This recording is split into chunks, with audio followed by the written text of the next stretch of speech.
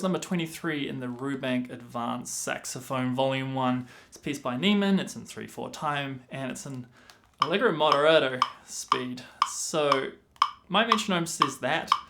That's pretty motoring, so I like to wind it back to about a crotchet equals 88, and I find that's much more manageable. Stylistically, there is no instructions, so you can interpret this however you like. However, with lots of staccatos and small slurs, and of course the dotted semiquaver, demi-semiquaver patterns, it's probably a chirpy piece. So I like to slightly accent the notes.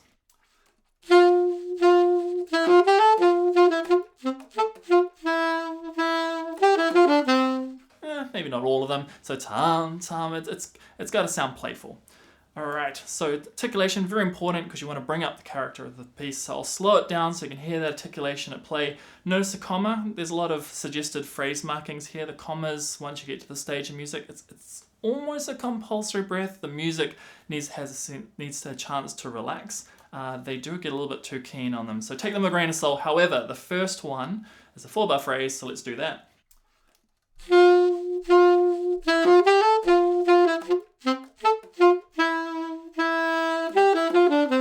Okay, 4-bar phrase, and then we keep on going.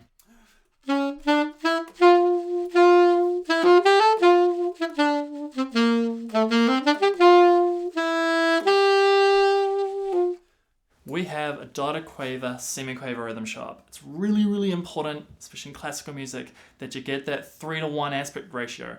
The 1E and a 2E and a 3E and a. You don't want to run the risk of turning into a triplet. 1 and a 2 and a da da da da da, and then you start turning into jazz. So again, hear it.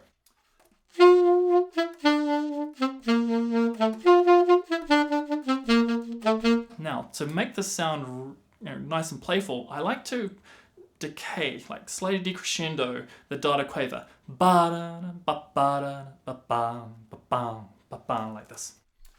Hear that? 1E, a 2E, and a 3E, and then you get that character and you get the correct subdivision. So just, we'll do that second phrase again.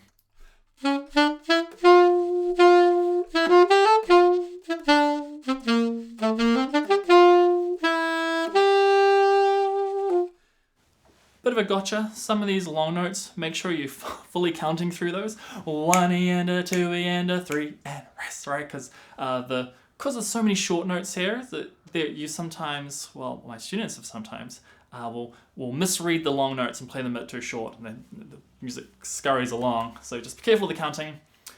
Next phrase.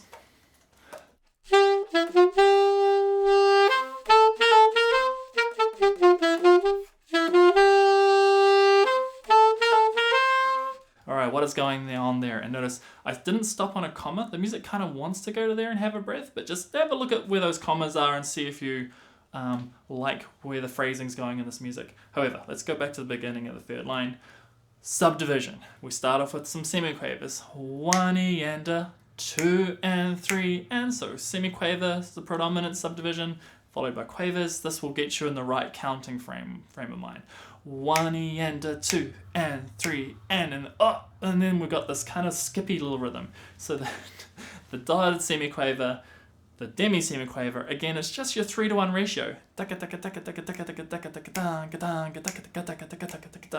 If I was a tongue it out. So.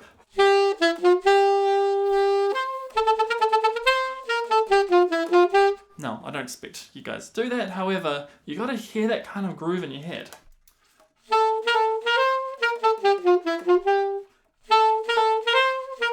So da da da da dum dum da dum bum ba bum ba bum. It gives that skip quality. Again, if you were to make it a 2-to-1 ratio, you'll end up with a kind of a bit of a swingy feel, but it's all nice and crisp and snappy.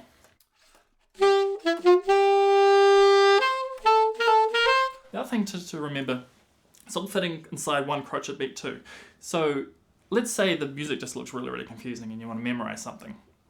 You just got to imagine bum ba-dum ba-dum ba-dum ba-dum ba-dum ba-dum. Just get that in your head as the groove. Oh, we got articulation as well. We got the slurs. So ta ta ta ta, two two two two. So there's layers upon layers of challenge here. Now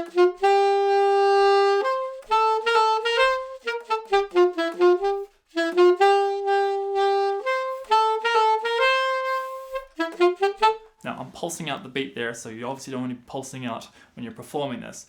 But let's go to the very end of that third line. We have bum ba dum ba da. We have a long note, and it's going to take you all the way through to beat 3. So again, this is a prime example of where a miscount can happen, and you might make that crotchet too short. You might come in early, like, oh, it's like, how do I count this so that I avoid this from happening? Well, you got your skips, bum ba dum ba dum ba dum ba da. So get that in your head. Then we've got a crotchet. What can we think inside that crotchet to fill that time? Well, I suggest some semiquavers because we have some semiquavers show up. So think bum ba dum ba da da da da da da da da da. Right, so or if we think caterpillars, dum ga da ga caterpillar caterpillar 1. And then you'll get the timing perfect. Instead of caterpillar, you could think 2e and a 3e and a 1. Okay, so very important to understand this, because these are all the traps when looking at this rhythmically. So I'm just going to play slowly through that middle section because, let's be honest, that's the hardest part of the piece.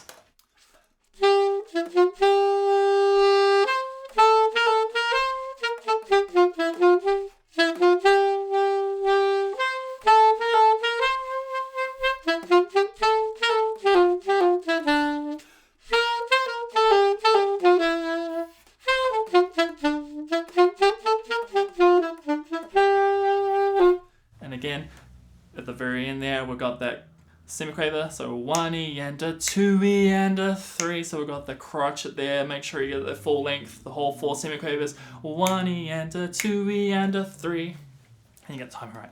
Alright, the trio section, this is a little bit easier, but bear in mind, they've changed the key signature on you, but they still throw C-sharp accidentals at you anyway.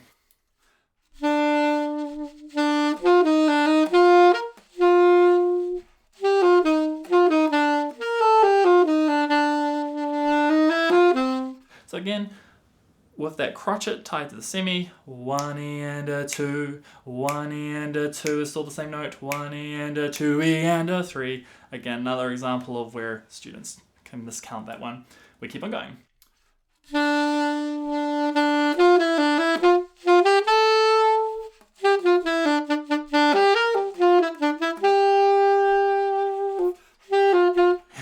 Again, so we're just skipping the first time bar. In the second time bar, long note, it's minim, 1e and a 2e and a 3, and then they've got a comma there suggesting that you should maybe breathe, okay, but it's really an indicator to say, hey, we're starting this new section, this new sentence. So 1e and a 2e and a 3 and a 1, and we're in there pretty quick. So we'll just go from the new phrase.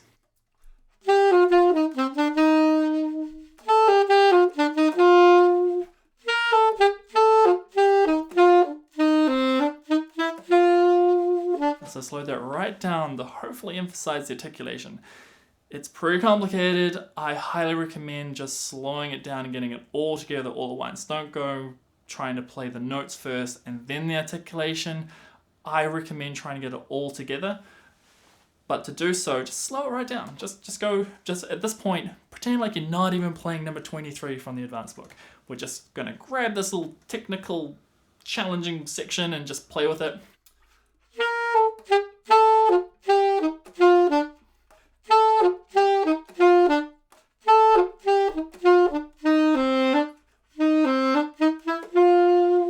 And just have a bit of a play with it.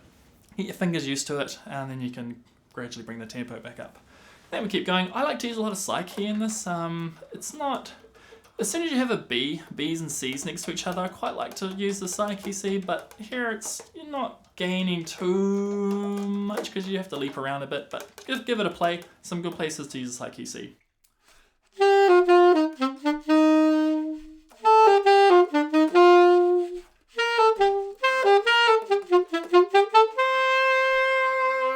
Okay, another long note, so make sure you imagine those semiquavers. If you look at the bottom part, if you look at the second part, they've got the semiquavers for you.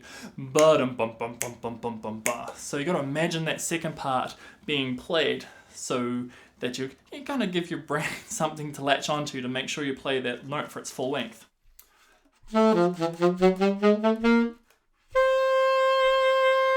Okay, ba da ba ba do do ba.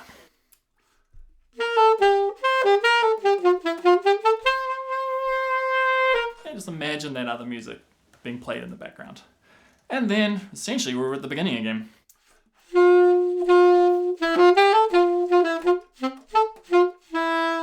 Okay, and off we go to the end. It's very much like the beginning. Our key signatures come back. Okay, so the last thing about this piece, remember it's a classical piece, as much as we're a saxophone, and we like playing jazz. Sometimes you just got to put on the classical hat. You got to really play up the character of a classical piece. Like I said, I feel like this one's this bouncy, kind of chirpy piece. But if we take, say, the last two bars. Let's put a bit of ya-da-da-da-da. You probably wouldn't do that in jazz, okay? But let's just imagine we're putting on the act, put on our classical hat. We're just being theatre after all.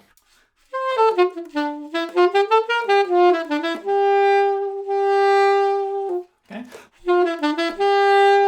And a bit of a vibrato that never goes amiss sometimes.